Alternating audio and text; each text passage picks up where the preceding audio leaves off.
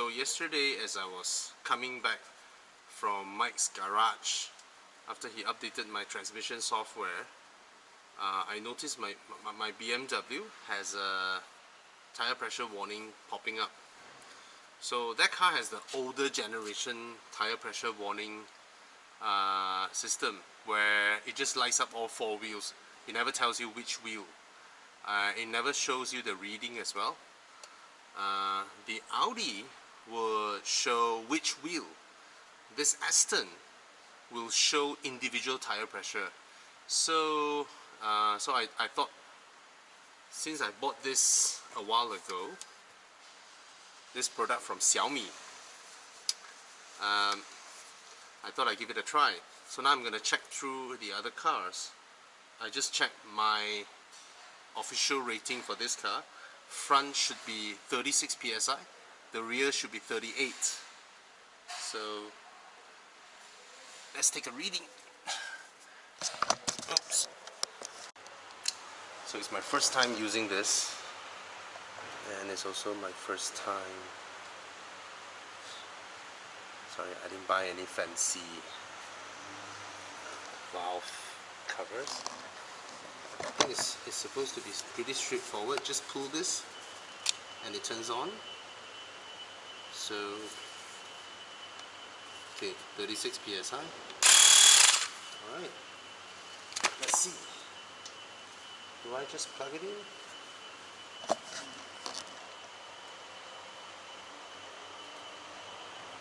Am I doing it wrong?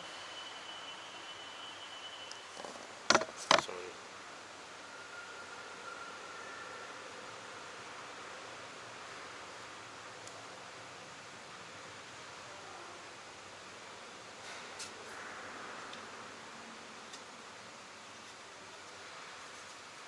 Okay, we have to screw this in.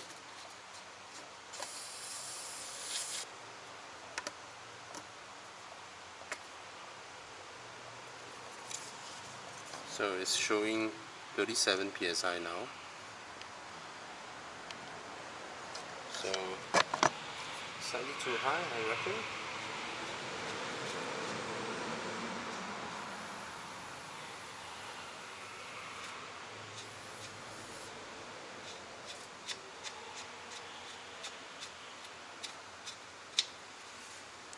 So I'm not even sure if I'm doing this correctly.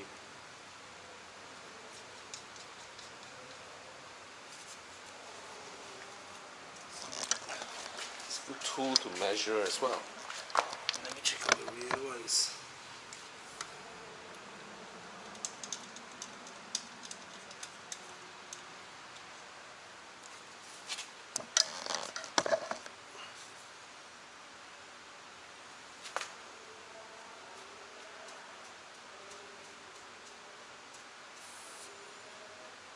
Oh, 40.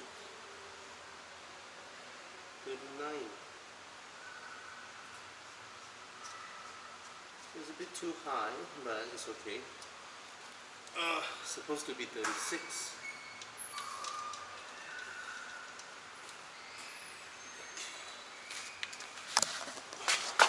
Hey, you know.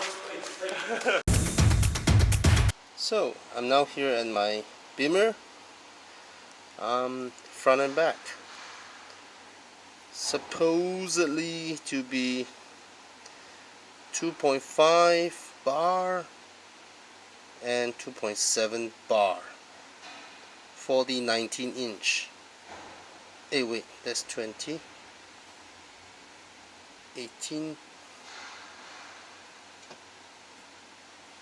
Oh, they have different specs. Oh, mine is the 19. Okay, it's over here. So, yep, 2.5, 3, or 2.2, 2.4. Yep, 220, 240, or 250, 300. Anyway, let's have a check. Which is the one? Sorry for the dirt. I haven't been free enough to wash my car, so It's been super dirty. What is the pressure of this one? Since there's a warning, right?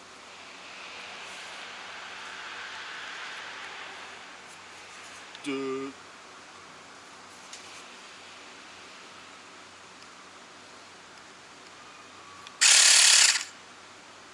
2.2.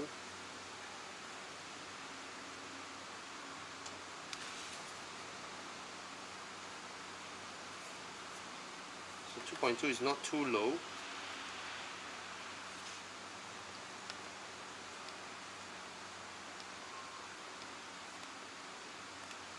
There's the torchlight.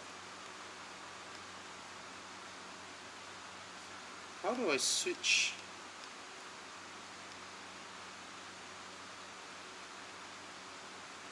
PSI. It's at 32 PSI.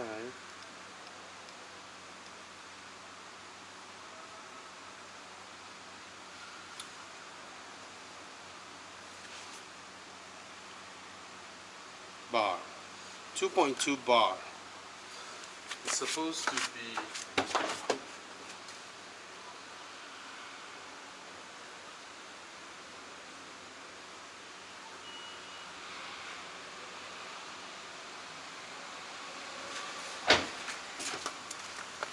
so it's supposed to be 2.5, but it's at 2.2 now. So I know this wheel is a bit down on pressure. I can go to the petrol station later on, because I'm not in an emergency.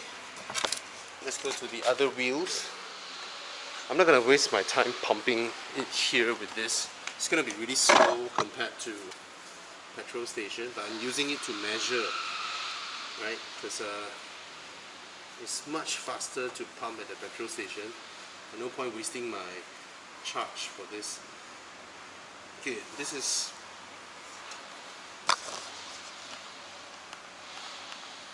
anyway, is it 2.5? Oh, that's the setting. This is 2.1. So this is down as well. Okay, supposed to be 2.5. One is at 2.2, one is at 2.1. Visually, I think this is the one that needs help. I think this is the one that triggers. I don't even need to measure it now. And given that it has come to this state, I'm pretty positive it's a puncture. Alright? This is definitely a puncture.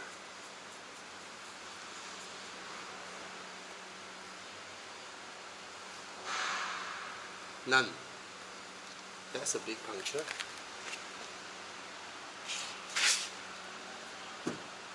Yep, I found the thing. So that means that ought to mean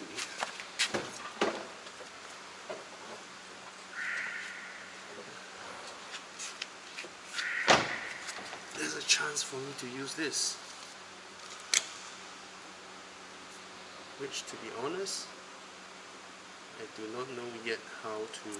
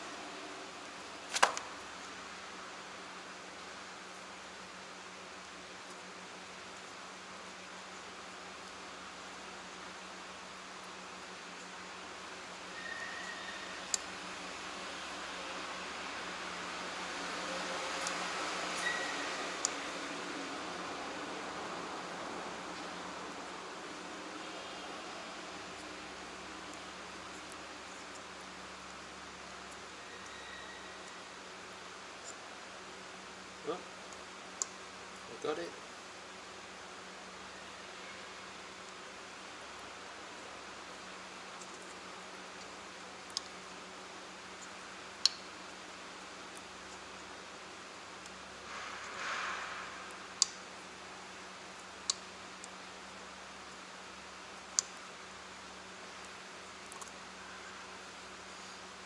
There we go. See that? This thing is out. Oops. This thing is out. And now put this in and squeeze.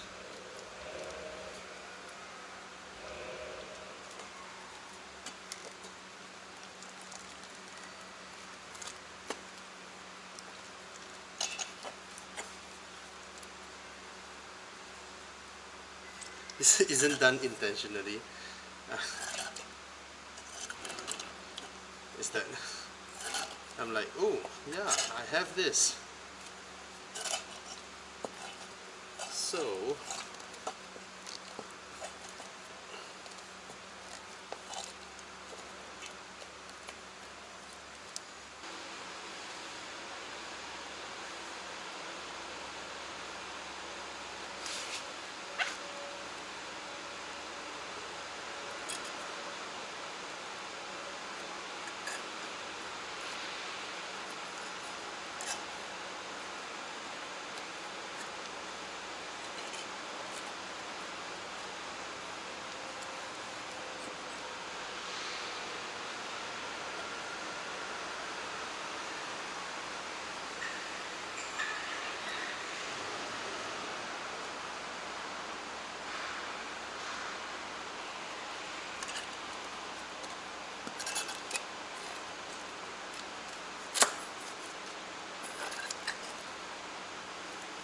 okay, bit messy.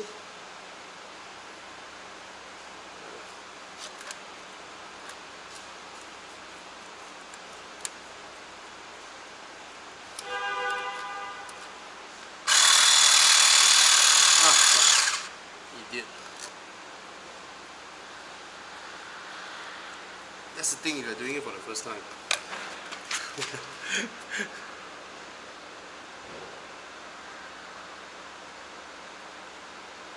Yep.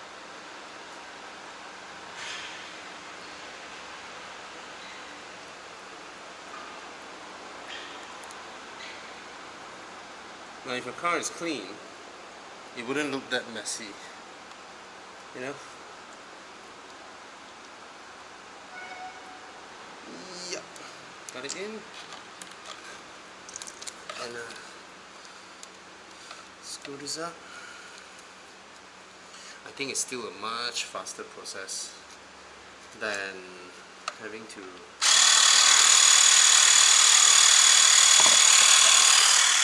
change the tire. You see.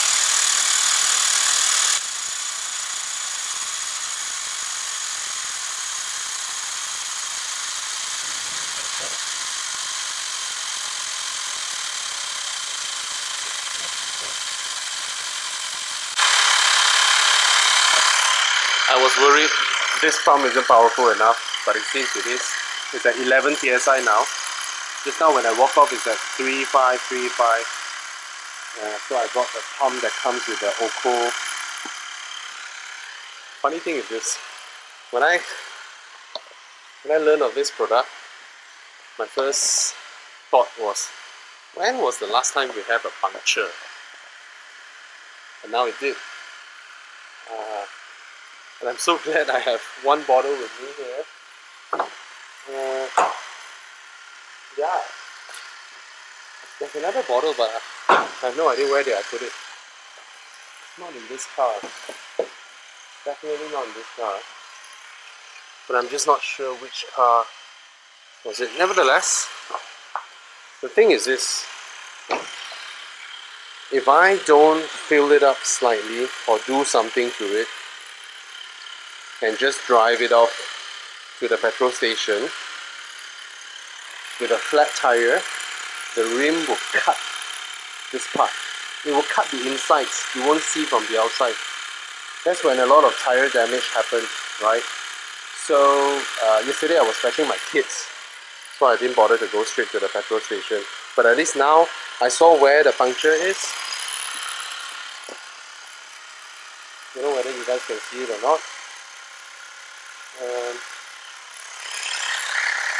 See the nail there? Yeah, I'm sure you guys can see it.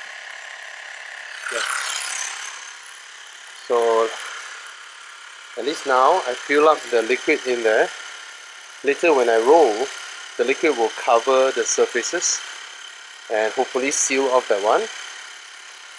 And then I'm just gonna wait for the pump to reach the proper PSI. Then I drive off to the petrol station or a tire shop just to remove that little. To do the job properly, you need to remove the metal shards that puncture the hole, right? So no matter how, they still need to remove the tire. They still need to help me mend the tire and get it pumped back, get it fixed. And it's 11 now. I have a meeting at 12, so I might just drop the car off at some place and drive another car to the meeting. Let them do the tire thing. Alright? Cheers. It's at 16 now. Alright, I'll wait for it to go up. So, interesting. And I always thought in my 20 over years of driving, I've only had puncture like less than 5 times. But I think that's what they say, you never know. And I'm glad I have these things over here today. To a tire repair kit essentially. Imagine I don't have the repair kit. I need to clear off my boot. I need to jack my car up. I need to remove my tire. I need to take out the spare tire. Before that I need to ensure the spare tires are in good condition. And if the puncture never happened, I would have carried the spare tire in my car for the longest time, carrying an extra weight, a ballast. There's no point. So I think for manufacturers, the tire repair kit is actually a really proper solution, better than a spare tire. See, it's so easy. All I need to do is just to identify which tire visually and then remove the little valve and put in the liquid, put back the valve and start pumping without jacking up my car, removing the tire, wrenching the nuts and all that. Oh my god.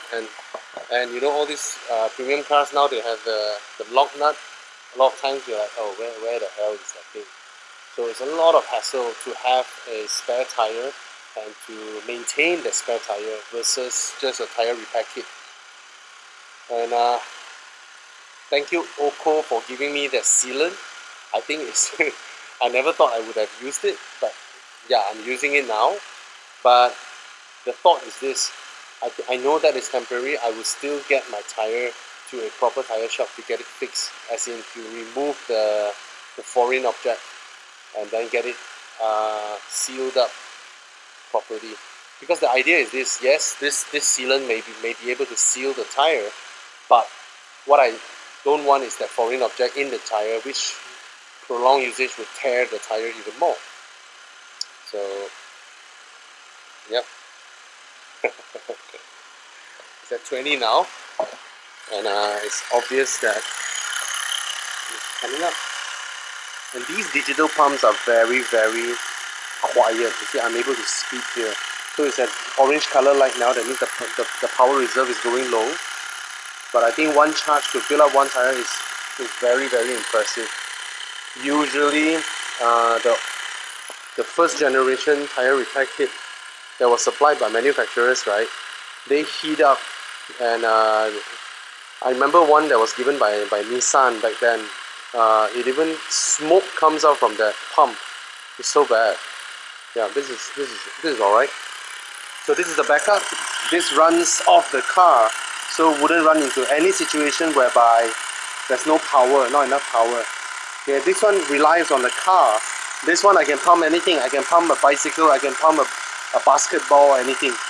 Right? Very useful. Very compact, and it shows, right, Chinese engineering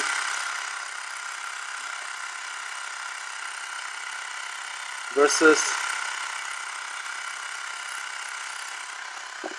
Western, even though it's made in China, but that's what they specified, right? Very bulky. Alright guys, I'm gonna finish it up. Cheers.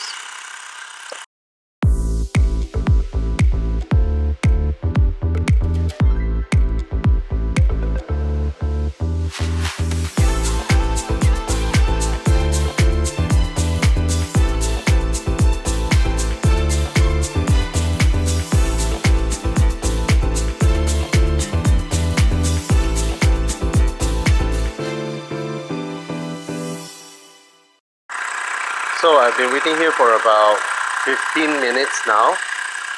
It's at 29 psi. But you can also see it's already flashing red because I've been playing around with it for the past 1 month plus since I charged it about 2 months ago. So I've been playing around with it once in a while. So I'm positively sure it doesn't have a full charge.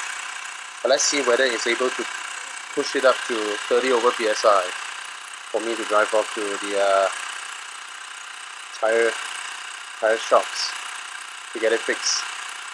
Alright, because if this one doesn't have enough power, I have this as a backup because this one hooks up to the car.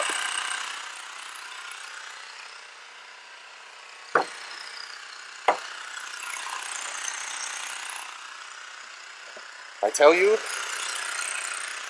from today onwards, every one of my car will have one set of these because, or any other brand actually, because it makes sense. It makes sense to have something as a contingency, right? So, yep.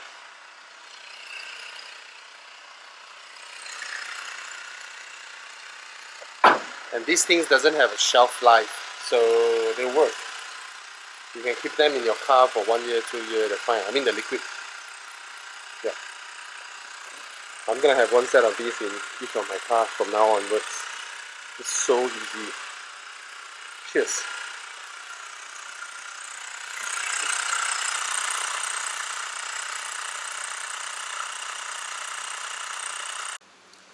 Okay, the pump just died. It totally ran out of juice. Nevertheless, I still have the other one, which I'm gonna use it now. But I'm very grateful. It works. Hot though. So now I'm gonna take this back to charge and remove this. Ouch. Start the car.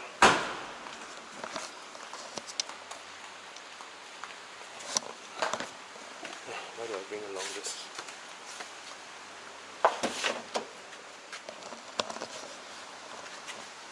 I'm such an idiot. I just need to start the car. Alright. Let's get it sorted on that side.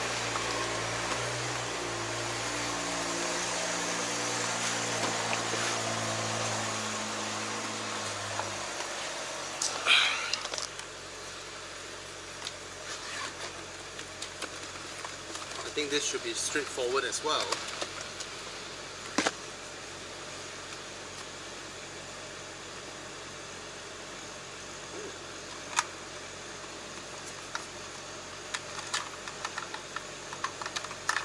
Oh, that's a very, very long cable. Nicely designed.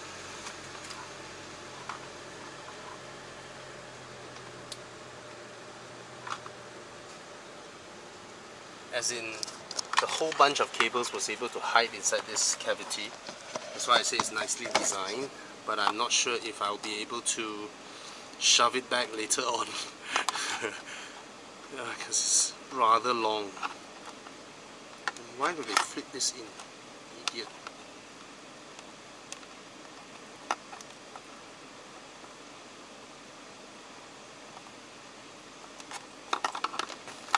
Okay. Plug this into the car.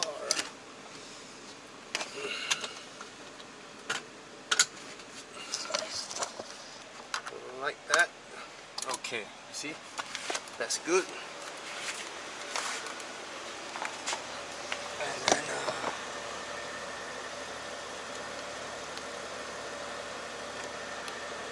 wait, how do I set?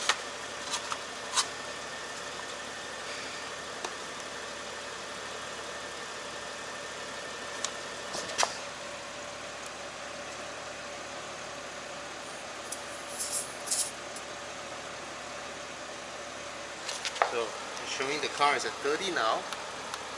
Hey.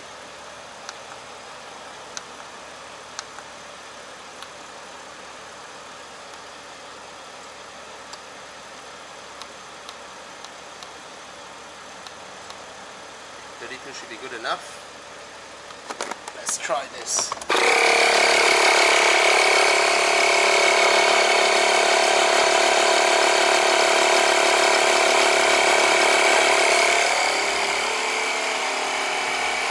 It's a lot louder.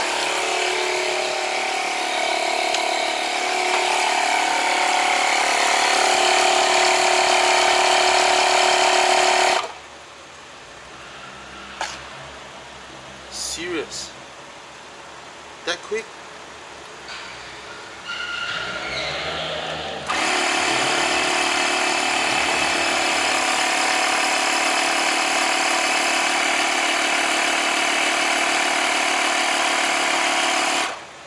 Wow!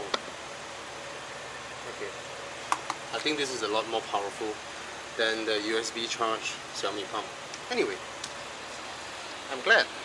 Cheers!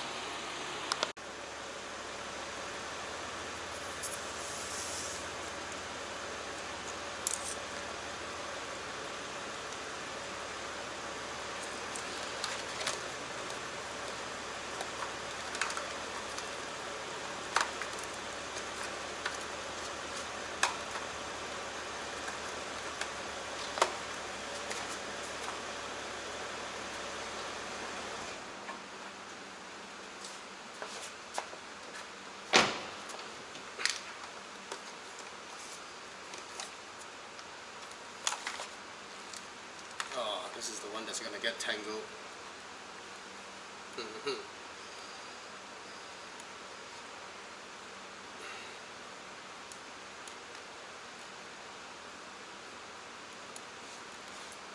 See?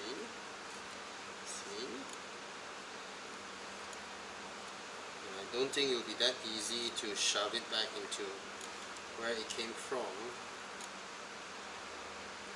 even though volumetrically speaking, it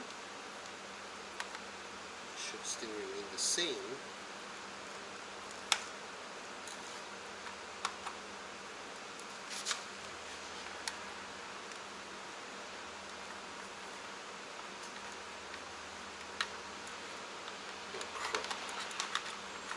See, that's how it will end up.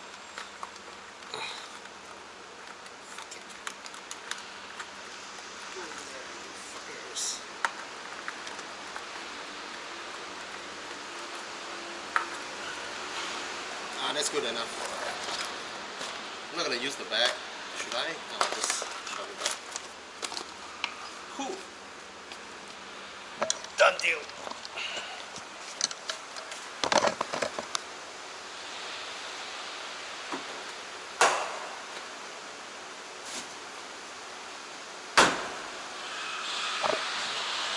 Everything's done.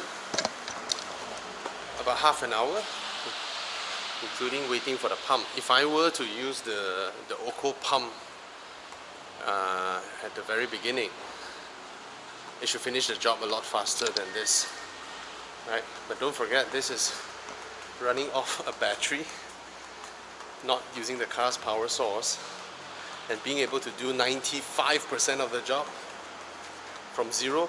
Especially the hardest is from zero, because you need a lot of push to push the tire up. When you go petrol station, right, if you set it to 30 or whatever, if your tire is completely flat, you won't be able to pump, because it needs another setting, which is the one that you have to indicate is completely empty, and that gives you, and that will give it a much powerful push for the initial pump. Alright, so I think both products did a good job, and it's my first time using a tire repair kit. I'm positive with these sort of stuffs.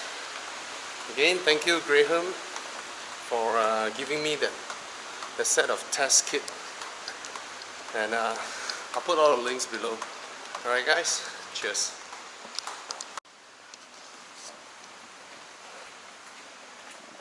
Alright, meeting.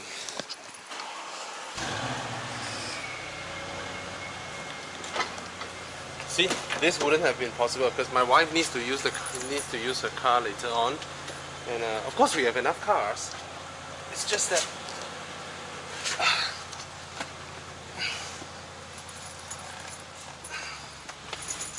if I don't have that kit, I wouldn't be able to go out now. Cheers. So you see that the tire pressure loss warning comes up, and look at that. So now the correct course of action will be to bring the car to a tire shop, let them take out the thing and fix it. Then at least the thing is, at least I get to drive safely without damaging my tires to get it fixed, right? Because a full flat tire would be sliced by the rims from the inside, and that's where you permanently damage the structure of your tire, which you do not want. But if it is flat, you move a little bit, it should be alright. But leaving it overnight last night, and because the warning came up last night, but it was rather late, 10 o'clock at night, and my kids are asleep in the car, I chose to just let it be, and I'm glad. Now hopefully the rolling of the tires would allow the sealant to seal off the leak. But that's no longer the main priority now, because I've already pumped the air, and I've already identified what has caused the leak, which is a nail, right? So it is the kind of leak whereby it slowly leaks out over time. So I may have picked up that nail yesterday when I was at Mike Yap's place, or at night when I went to Mont Kiara, went to McDonald's and parked my car there at Plaza Mont Kiara. I'm not sure, but I got the warning as I was driving back from Mont Kiara at night. So yeah, so whether I put the sealant or not actually isn't the most important thing now, because first of all, I have identified it. I knew it is a small leak. Secondly, I don't have a long distance to continue driving. Thirdly would be I've already pumped air into the tire so that it protects my tire from being damaged. But nevertheless, that experience, let's say you are somewhere, you still need to drive about 20-30 kilometers to reach a tire shop, or to reach home per se. You're still on the road. You need the sealant there to seal off the tire for you to continue driving 20-30 km. Because now for me to the tire shop it's a mere few kilometers, so should be alright. So the 20-30 km, let's not say 20-30 km, 4-5 km is enough to permanently damage your tire. Even less than that if you're flat and the rims are pressing on the tire wall, acting like a knife cutting it. Just imagine this, 2 tons pressing. Yes, you divide by 4 corners, 500 kg per corner, pressing on the tire, and the metal of the rim is just there slicing the tire. Alright, so that's not what you want. Alright, I should have gone out the other direction. I went the wrong direction. Should have gone out from the back, coming back here then. Anyway, cheers.